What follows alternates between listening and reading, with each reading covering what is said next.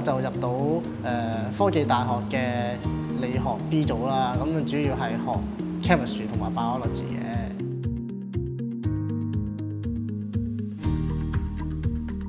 對 chemistry 同埋 biology 都比較有興趣啦，讀得都比較順手啲，咁樣所以就揀咗呢個科啦。其實都滿意㗎，我入到自己心儀嘅大學，我夠分，所以我覺得今次都考得幾好其實。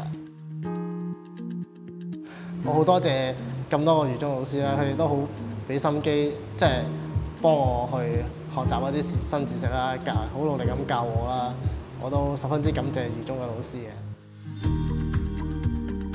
初中嘅時候咧，上嗰啲科學堂咧，有時候會入實驗室啦。咁咧，如果入實驗室嗰啲實驗咧，令我覺得科學真係好好玩。即係你可以學到唔僅限於書本上嘅知識，你係真係可以用你嘅雙眼去觀察到嗰啲嘅真正嘅科學嘅知識，就令我覺得好有趣。所以我又覺得，我一定要揀呢個科學嘅道路啦。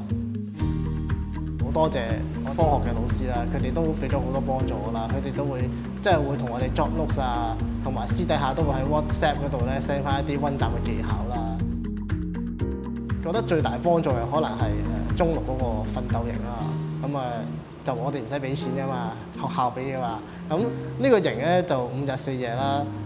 有好多老師都特登入嚟個營度同我哋溫書啦，俾卷我哋做啦，同埋即係1對1輔導咁樣。就除咗學習到好多新嘅知識之外，我都係可以培養翻一個即係自主溫習一個自律嘅習慣啦。呢個就好重要啦，對於呢個升讀大學十分之重要。